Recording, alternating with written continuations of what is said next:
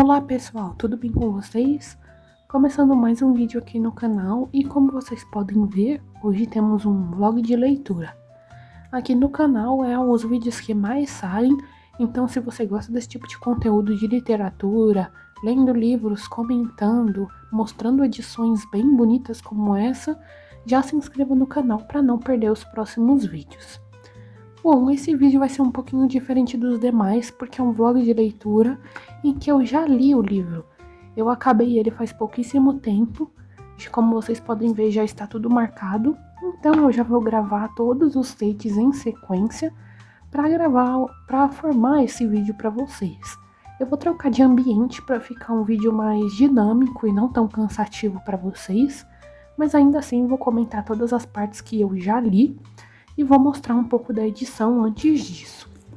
Bom, a edição é muito bonita, eu escolhi essa porque é a minha favorita, ela é capa dura, como vocês podem perceber, tem essa ilustração muito bonita na capa, essas letras aqui destacadas, tem um brilho delas, aqui a lombada também muito bonita, mas na minha opinião a estrela do livro é justamente essa parte de trás. Eu vou colocar a câmera um pouquinho mais de perto para mostrar os detalhes para vocês. Olhem só como essa parte é bonita. Para mim, apesar da capa ser muito bonita, essa parte aqui ganha dela. Olhem os detalhes, as cores que foram usadas, o aconchego que essa imagem passa, principalmente aqui na casinha dos hobbits. É uma ilustração que eu acho lindíssima e por isso que eu resolvi dar destaque para ela para vocês.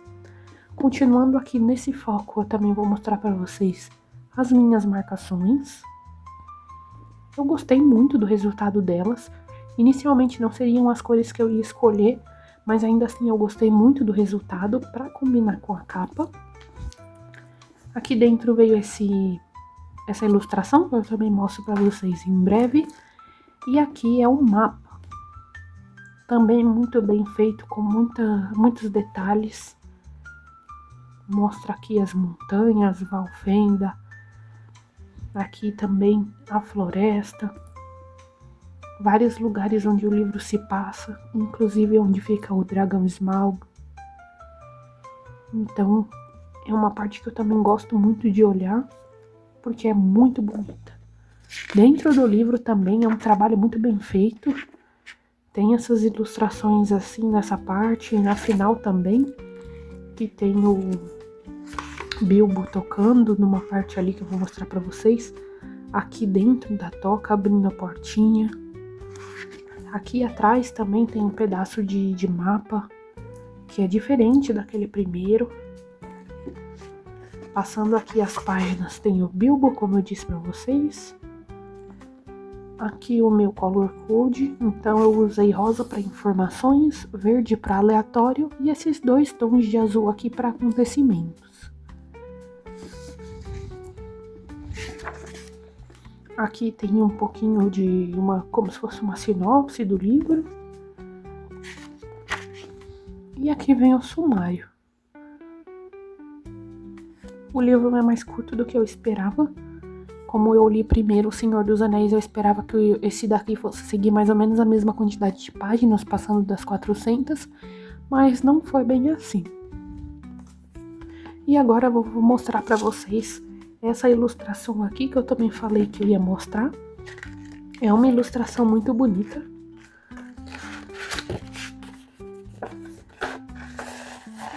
É de Valfenda, uma parte do mapa ali onde o livro se passa. Então também é muito bonito, tem vários detalhes. Enfim, são traços muito bonitos e muito aconchegantes. Vindo aqui então a história propriamente, eu estava muito animada para ler esse livro, já que eu gostei tanto de O Senhor dos Anéis e até eu pretendia reler esse ano. Eu tive expectativas de que ele fosse uma leitura bem aconchegante, como foi o primeiro livro da famosa trilogia para mim. O dia 1 eu fui até a página 81, então é até onde eu vou conversar com vocês. Bom, falando do livro, primeiro temos que destacar que essa edição é lindíssima, como eu mostrei para vocês. A capa, a folha de guarda, várias gravuras incríveis que eu também vou mostrar. E a parte do livro também, a parte de trás do livro que é perfeita. Temos então o prefácio. Nele, o que me chamou a atenção foi o filho do autor contando como foi o processo de escrita desse livro. Ele conta que inicialmente era um livro apenas para os seus filhos, com histórias que ele contava oralmente a eles, e acabou virando essa obra tão amada. Fala sobre a escrita, sobre as ilustrações, o período em que as edições foram lançadas e tudo mais. Assim como no prefácio dos livros de O Senhor dos Anéis, eu fico maravilhada quanto certos autores se dedicam a criar universos tão completos, desenvolvidos e extremamente interessantes. Falando sobre o enredo, é realmente bem confortável. Eu gostei muito do Bilbo até a página 81, onde eu parei no primeiro dia. Mesmo ele sendo um pouco preguiçoso, desajeitado e desmotivado nas aventuras, como ele mesmo chama. O autor conta que ele está pacificamente em casa quando Gandalf aparece e falando sobre uma missão. Ele deixa bem claro que ele não quer participar e que prefere ficar em casa. Mas, ainda assim, o mago faz uma marca na sua porta e no dia seguinte vários anões chegam planejando como vai ser essa jornada. No início ele não entende e fica bravo com aquela bagunça toda, já que ele é um hobbit tranquilo que quer viver em paz, e aos poucos ele descobre que a missão se trata de pegar de volta tesouros que um dragão, seres bem maldosos nesse universo, especificamente esse chamado Smaug, como eu mostrei para vocês, tomou de vários seres, incluindo anões e elfos. Então ele embarca nisso, mesmo sem vontade, e tá vivendo essa jornada. Até a página 81, nada muito substancial aconteceu. Eles caíram em uma armadilha de orcs, mas foram salvos. Passaram por uma casa hospitaleira, onde os elfos deram algumas dicas para eles continuarem essa odisseia. Coisas que eu gosto muito, gostei tanto na trilogia principal quanto aqui, são as canções, as descrições confortáveis de paisagens e os pensamentos do Bilbo do quanto ele gostaria de estar confortável em casa, que é uma parte bem cômica, e como vários seres com suas peculiaridades e curiosidades são apresentados aqui. É um livro muito rico, como vocês podem ver. Fiz muitas marcações, já vi algumas belas ilustrações aqui. As minhas favoritas são as coloridas, mas tem muitas outras aqui no meio da história que deixa muito mais imersiva. Então eu parei aqui nesse capítulo 4, sobre monte e sob monte. E aí eu vou para outro ambiente para gravar para vocês sobre o meu segundo dia de leitura. Continuando então no dia 2, da página 81 que eu tinha parado até a 164, o grupo de aventureiros volta à estrada depois daquela casa hospitaleira e acabam sendo pegos por um bando de goblins malvados depois de tentarem se abrigar de uma tempestade. Isso vira uma confusão, já que o grupo se separa sofrendo com eles e tentando fugir e perde seus mantimentos e tudo o que assegurava a sobrevivência deles. Acaba que o Bilbo fica sozinho e tem que se virar. Ele caminha por um tempo, encontra um anel que parecia não significar nada naquele momento, e eu já suspeitava que era o anel mesmo, ou um anel, até achar uma caverna onde vive o Gollum. Essa parte eu estava muito ansiosa para ler. Lá eles fazem um jogo de adivinhação. Se o Gollum ganhar, pode comer o Bilbo. Se o Bilbo vencer, o Gollum mostra a saída a ele da sua caverna. No fim do jogo, quando o Gollum não consegue adivinhar o que tem no bolso de Bilbo, que era o anel perdido dele, o protagonista descobre que é um item mágico muito estimado pela criatura, que na verdade era o seu dono e o que deixa ele invisível. Ele usa disso para fugir de todo o perigo, e aí eu já pensei que era o início da história do Senhor dos Anéis. Eu lembrava mais ou menos que isso é citado lá, mas ler aqui é uma experiência totalmente diferente. Eu disse para vocês que eu estava ansiosa por essa parte, e era realmente uma das cenas que eu mais esperava na obra. Fiquei muito feliz em ver essa cena nesse segundo dia de leitura, e foi aí onde eu parei na página 164. Então, já vou mudar de ambiente de novo para a gente conversar sobre o meu terceiro dia de leitura. Continuando aqui da página 164, eu fui até a 258 no meu terceiro dia. Saindo desse lugar, eles continuam a sua jornada e passam por um grande perigo, na floresta que o Troca-Peles avisou que eram para eles se manterem na estrada.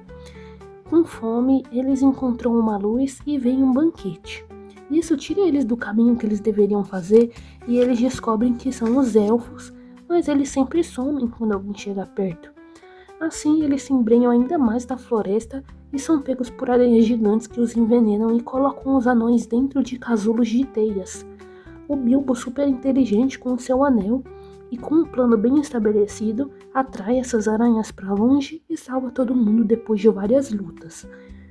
Essa não é a última vez em que ele usa seu anel mágico e salva a todos, já que logo depois disso todos viram prisioneiros dos elfos na floresta e seu rei está bravo pela luta que eles tiveram com as aranhas e o incômodo que trouxe aos seus súditos. Mas o Bilbo foge de ser preso e assim acaba tendo que entender o terreno em volta e montar um plano de ação para todos fugirem sozinho. Apesar da irritação dos anões, o plano é todos entrarem em barris que eles iam jogar ao mar em um momento de folga dos carcereiros e, mesmo sofrendo muito, o plano dá certo. Depois de navegarem desconfortáveis, eles chegam a um lugar onde o líder dos anões é bem visto e finalmente tem um tempo para se alimentarem bem, cuidarem dos seus corpos e mentes de novo e se reerguerem para continuar a jornada principal. Foi justamente nessa parte que eu parei quando o grupo está prestes a voltar às estradas que já estão perto da montanha onde o dragão vive. E então chegamos quase no momento mais importante do livro, onde a missão principal tinha que acontecer. Então eu vou até a página 258 e vou mudar de cenário de novo para conversar com vocês sobre o meu último dia e também sobre as últimas páginas do livro. Então, até a página 330, de novo na aventura, o grupo segue para a Montanha do Dragão. Depois de muitas tentativas, acham um túnel que iria para o seu covil, mas também demoram muito para achar uma entrada, e quem faz isso é o Bilbo. De novo ele salva o grupo, e nessa última parte da leitura eu pensei muito como esse livro de modo geral fala o quanto aprendemos na jornada, aquela lição de que o caminho é mais importante do que o destino. Ele se torna crucial naquilo, mesmo que desde o início ele não quisesse entrar nessa empreitada de Gandalf, mas vai aprendendo e evoluindo com as adversidades. Eu gostei muito desse personagem, desse protagonista, me apeguei ao Bilbo e ao seu jeito, sem contar, é claro, com a escrita desse autor que eu já tinha gostado desde meu primeiro contato em A Sociedade do Anel, porque ele tem uma escrita muito cativante, aconchegante, apesar das dificuldades que esse grupo passa e aquele também da história principal. E eu senti isso na série do Senhor dos Anéis, mesmo que conforme os livros vão passando, o enredo fique cada vez mais sombrio. Bom, voltando à história, depois do Bilbo achar uma entrada, ele vai até lá invisível ver o dragão Smaug. Tem uma ilustração muito boa dele na página 247, inclusive eu vou mostrar para vocês, voltar aqui um pouquinho, porque é uma ilustração que eu passei um tempo admirando as cores dela, os traços dela, eu gostei muito. Inclusive tem uma edição de O Hobbit que tem essa ilustração na capa. Apesar de ser muito bonita, eu ainda prefiro a que eu adquiri, mas não tem como negar o quanto essa ilustração é muito bonita e muito bem feita. Bom, mas voltando ao enredo então, tem mais uma cena que eu adorei, mais uma das minhas favoritas aqui nesse livro, que é a conversa do Bilbo com o Smaug, cheio de enigmas e um tentando envolver o outro. Foi muito legal e mais uma prova da coragem construída do Bilbo. Então, mesmo com esse papo, o Smaug fica extremamente bravo por saber que tem gente querendo roubar os seus tesouros e levar a vingança contra ele a cabo. E dificulta as coisas para o grupo principal, os prendendo em um lugar que a única saída é passar por ele. Depois de um tempo presos, eles decidem arriscar. O Bilbo vai primeiro e descobre que o dragão não está lá, e ele e os anões roubam alguns tesouros e decidem ir embora. O autor, depois disso, resolve nos revelar onde o Smaug estava e descobrimos que ele, com raiva, foi deduzindo ali onde os invasores moravam e destruiu a cidade. Mas um dos moradores de lá, chamado Bard, que é até importante nessa parte da história, tem a ajuda de uma ave que conta o ponto fraco do dragão e ele é finalmente morto. O povo fica com raiva dos anões que foram atrás do tesouro e da vingança, já que eles incitaram o dragão a destruir as suas moradias. Sabendo que o dragão morreu, mesmo que já estivessem a caminho de casa, os anões voltam ao covil dele e querem tomar conta de toda a riqueza que ficou lá.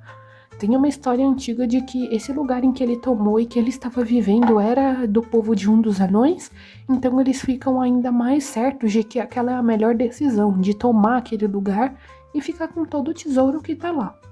Várias pessoas vão até lá, tanto para tirar satisfação com os anões, quanto de olho na recompensa, mas eles até declaram guerra com quem quer entrar. Eles estão muito gananciosos com tudo aquilo que está preso ali, toda aquela riqueza que está ali, e quem tenta resolver tudo isso é o Bilbo. Ele, com muita coragem, tenta trazer paz aos povos, mas com essa tensão e outras já antigas daquele pessoal que se reuniu ali, porque era muita gente variada, acontece uma guerra que é chamada de Batalha dos Cinco Exércitos. Essa batalha não é tão clara pra gente, já que o Bilbo perde a consciência no meio disso, tamanha o caos que acontece ali. E quando ele acorda, tudo já acabou, mas com grandes perdas, inclusive de alguns dos seus companheiros de aventura, como Thorin, que era um dos anões que estava prendendo o tesouro lá no antigo covil do Smaug, e ele foi um dos que tombou ali nessa batalha. Depois de toda essa trama, ele finalmente faz a sua viagem de volta para o conforto da sua casa no condado, e é bem legal essa parte, mesmo com a tristeza dele pela perda dos seus amigos, porque ele sonhava com um aconchego. E nas palavras finais, ele fala sobre um livro de memórias que ele está escrevendo, que eu lembro de comentários no início de Senhor dos Anéis.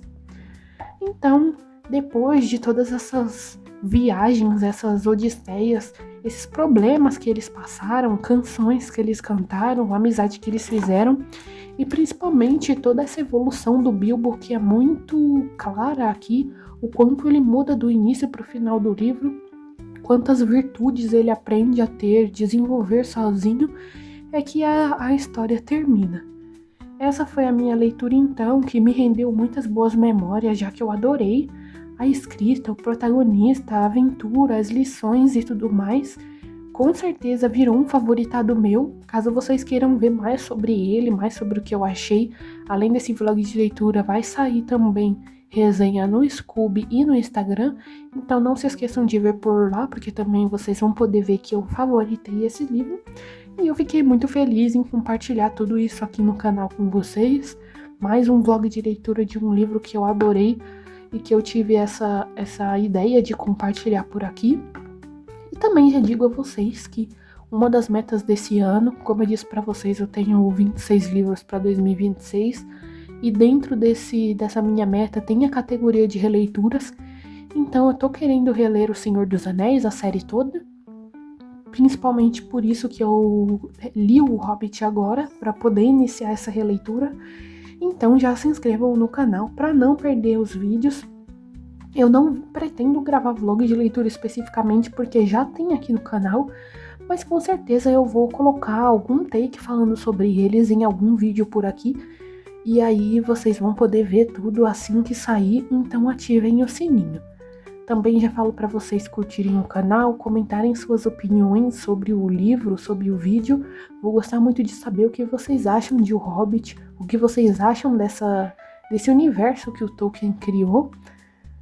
E é claro, compartilhem o vídeo e o canal com conhecidos, com amigos, com familiares, para a gente crescer cada vez mais, alcançar mais pessoas. Espero que vocês tenham gostado de me acompanhar em mais esse conteúdo e até breve!